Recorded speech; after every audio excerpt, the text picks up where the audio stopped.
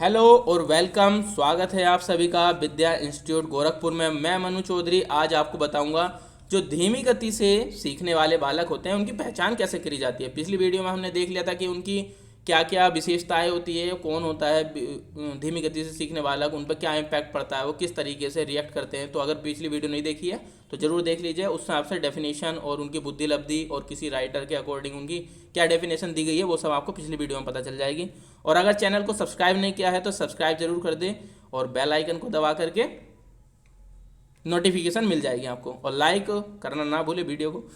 हाँ, तो पहली विधि है इसकी निरीक्षण विधि। तो छात्र के विभिन्न क्रियाकलापों का निरीक्षण करना, मतलब कि एक्चुअली में बच्चा करता क्या है, किस तरीके से वो कोई भी एक्टिविटी करता है, तो उसको निरीक्षण करना, उनका एक तरीके से टेस्ट करना।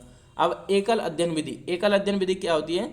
इस विधि के द्वारा बच्चे के जन्म से लेकर वर्तमान तक की विभिन्न सूचनाओं को एकत्रित करके उसका परीक्षण किया जाता है। तो स्टार्टिंग से लेकर और अभी तक की उसकी सारी लाइफ को स्टडी किया जाता है।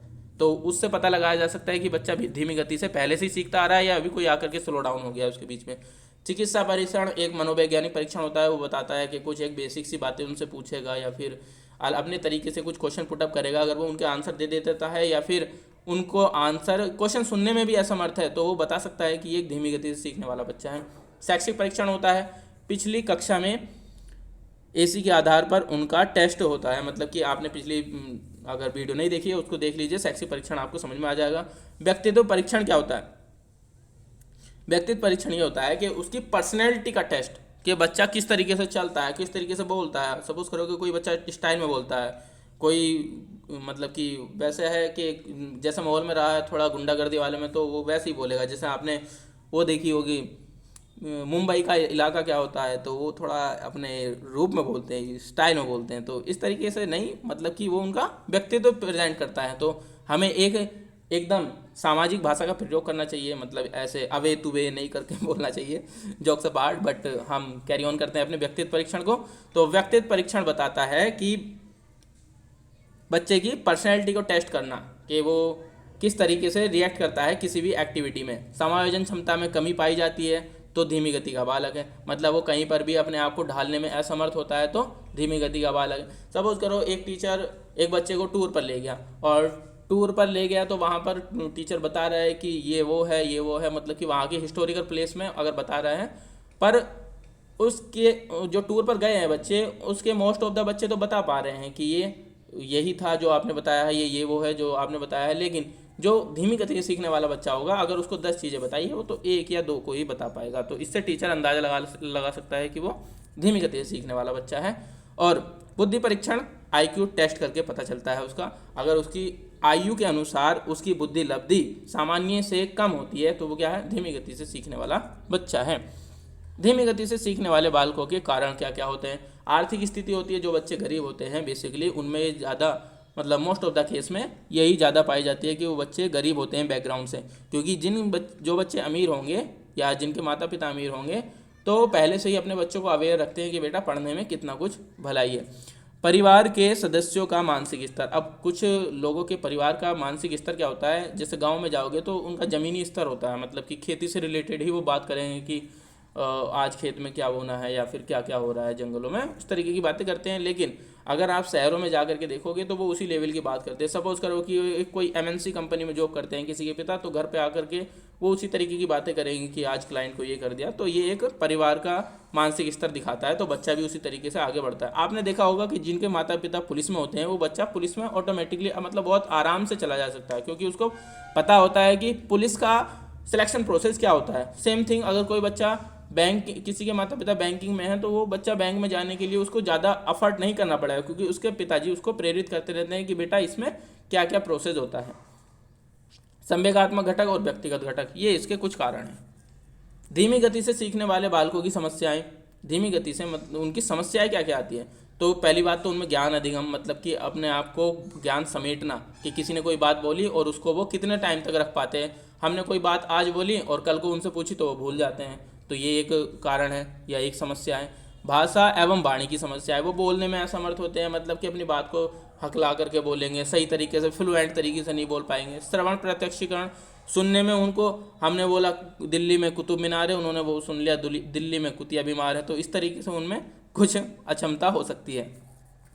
अब धीमी गति से सीखने वाले बालकों की शिक्षा, उनकी शिक्षा किस तरीके से होनी चाहिए? पाठ्यक्रम लचीलापन होना चाहिए। ये नहीं कि अगर मान लिया 4th क्लास का बच्चा है और वो धीमी गति से सीखने वाला है तो हम 4th क्लास के स्टैंडर्ड का ही उसको ज़बरदस्ती पढ़ाएं मार पीट के, ऐसा नहीं करना चाहिए। उनके अनुसार जो उनका लचीलापन होना चाहिए वो होना चाहिए पाठ्यक्रम में।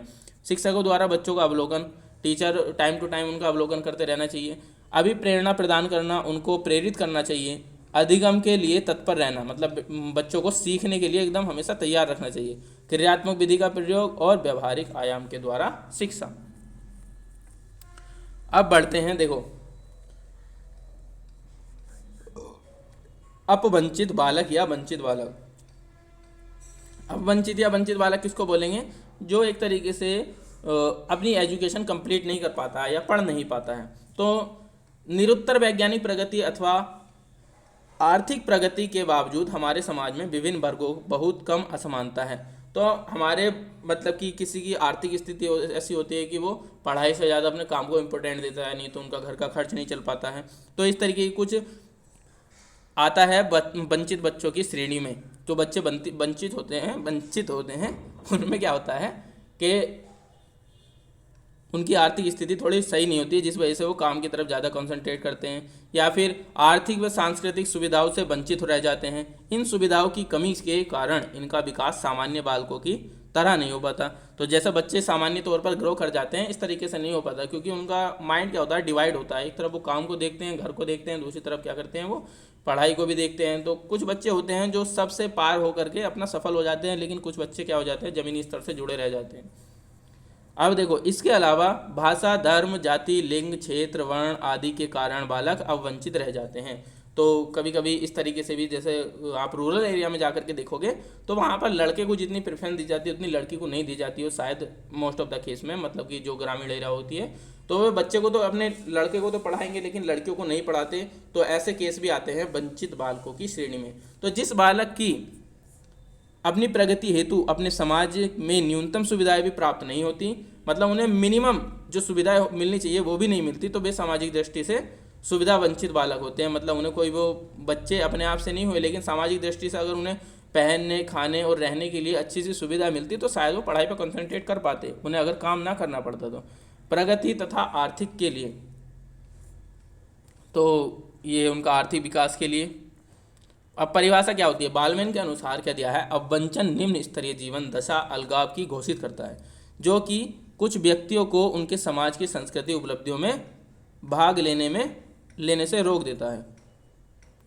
अब देखो, अवंचित बालक की विशेषताएं। ये बालक सामाजिक रूप से हीन भावना से ग्रसित होते हैं, मतलब लोग बाग उनको एक अलग ही नज़रिए से देखते हैं कि इसके बस की बात कुछ नहीं है, ये पढ़ाई में लिखने में ऐसा ही है, या फिर किसी काम को भी करने में सक्षम नहीं होता, तो उसको एक हीन भावना देखा जाता है।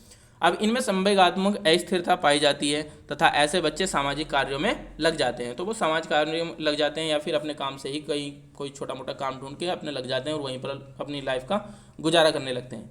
इनका बौद्धिक स्तर निम्न होता है, तो ज़्यादा हाई लेवल की बातें नहीं सीख सकते। पॉलिटिक्स में क्या चल रहा है, देश विदेश में क्या चल रहा है, इन सब की बातें वो ज़्यादा नहीं रखते।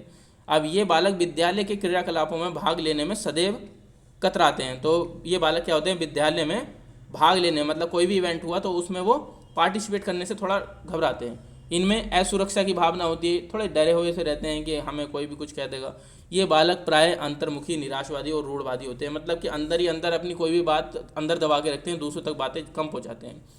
विभिन्न प्रकार के वंचन से बालक के शैक्षिक विकास पर प्रतिकूल प्रभाव पड़ता है। वंचित बालकों के प्रकार कौन कौन से होते हैं? संवेगात्मक दृष्टि से वंचित बालक, सामाजिक दृष्टि से, सांस्कृतिक दृष्टि से और आर्थिक दृष्टि से और शैक्षिक दृष्टि से। तो इन सब के बारे में तो आप बेसिकली जानते होंगे। संवेगात्मक मतलब कि उसमें इमोशनली थोड़ा डिसेबिलिटी होती है, मतलब बचा हुआ होता है कि जिस तरीके से उसको माँ बाप का प्यार मिलना चाहिए, आसपास के माहौल का या फिर टीचर का सपोर्ट मिलना चाहिए, उस तरीके से नहीं मिल पाता है। सामाजिक दृष्टि से वंचित मतलब जिसको सारे जो समाज सोसाइटी होती है वो उसको वो सुविधा नहीं दे पाती है जो उसके लिए जो सामान्य बच्चों को मिल जाती है। सांस्कृतिक दृष्टि से जो कल्चरल जिसमें मतलब कि सांस्कृतिक दृष्टि से उनको सुविधा नहीं मिल पाती है, आर्थिक दृष्टि से उनकी घर की हालत ऐसी होती है, शैक्षिक दृष्टि से उनको एजुकेशन देने वाला कोई नहीं होता उस टाइम पर, क्योंकि कुछ ऐसा होता है कि घर पर भी बहुत अच्छी शिक्षा दी जाती है बच्चों को। अब देखो, वर्ग भेद को समाप्त करने वाले बालकों की शिक्षा का समान अधिकार मिलना चाहिए। तो बच्चों को तो सभी को इक्वल राइट मिलना चाहिए पढ़ाई करने के लिए। इनके साथ प्रेम सहानुभूति का मतलब इनके साथ क्या होना चाहिए, बच्चों को एकदम पोलाइटली मतलब कि प्यार से समझाना चाहिए कि देखो बेटा ये चीज़ ऐसे नहीं ऐसे होती है, तो शायद उनको बताया जाए तो वो अपने रूट पर वापस आ सकते हैं। वंचित बालकों के समुचित विकास के लिए न्यूनतम आवश्यकताओं की पूर्ति की जानी चाहिए। इसके लिए सरकार द्वारा उन्हें आर्थिक सहायता दी जानी चाहिए। तो जैसे स्कॉलरशिप जो मुहैया कराती है गवर्नमेंट, उसका मेन ऑब्जेक्टिव यही रहता है कि बच्चे को कहीं पर कोई काम करना ना पड़ा और क्या हुआ, उसकी बेसिक रिक्वायरमेंट पूरी होती रही, जो कि नोट्स, पेन, पेंसिल, वॉटेवर जो भी उसकी खरीदारी होती है। इनके अभिभावकों की आर्थिक सहायता तथा प्रेरणा करनी चाहिए जिससे वे अपने बच्चों को विद्यालय भेज सकें। तो ऐसा तो सरकार बहुत कम करती है कि परिवार वालों को मंथली उनको थोड़े बहुत पैसे दे दिए जाए कि तुम अपने बच्चों को पढ़ाओ, उनको घर से ना काम करवाओ। जैसे मान लिया कोई बच्चा अगर महीने भर काम करके 500-1000 रुपये कमा रहा है, तो इतनी ही राशि अगर सरकार उनको प्रदान कराए तो क्या होगा, उन बच्चों को काम नहीं करना पड़ेगा और गवर्नमेंट को एक एक्सक्यूज भी रहेगा कि तुमने जब हम पूरी सुविधा हम दे रहे थे, बच्चा जितना कमाता था उतना हम दे रहे हैं, तो तुम बच्चे को घर के कामों में या खेतों में क्यों लगा रहे हो। तो ये होता है। वंचित बालकों को आवश्यकता तथा वातावरण की स्थिति के आधार पर अवकाश प्रदान करना चाहिए। वंचित बालकों को वातावरण और आवश्यकता के आधार पर उनको अवकाश प्रदान करना चाहिए। अगर उनको नीड है, ज़रूरत है, तो उनको एक छुट्टी भी दे देनी चाहिए। BN दास के अनुसार वंचित बालकों का लक्षण नहीं है। तो ये एक क्वेश्चन आ सकता है MCQ में भी कि किस राइटर के अनुसार या किस फिलोसोफर के अनुसार वंचित बालकों का कोई लक्षण नहीं होता। तो बौद्धिक विकास ह्रास या फिर उत्कृष्ट शैक्षिक उपलब्धि में हानि या फिर शैक्षिक जीवन का अपरिपक्व रूप से समापन। समस्यात्मक बालक क्या होते हैं, तो समस्यात्मक बालक हम पढ़ेंगे नेक्स्ट वीडियो में। तब तक के लिए नमस्कार, हैव अ गुड डे।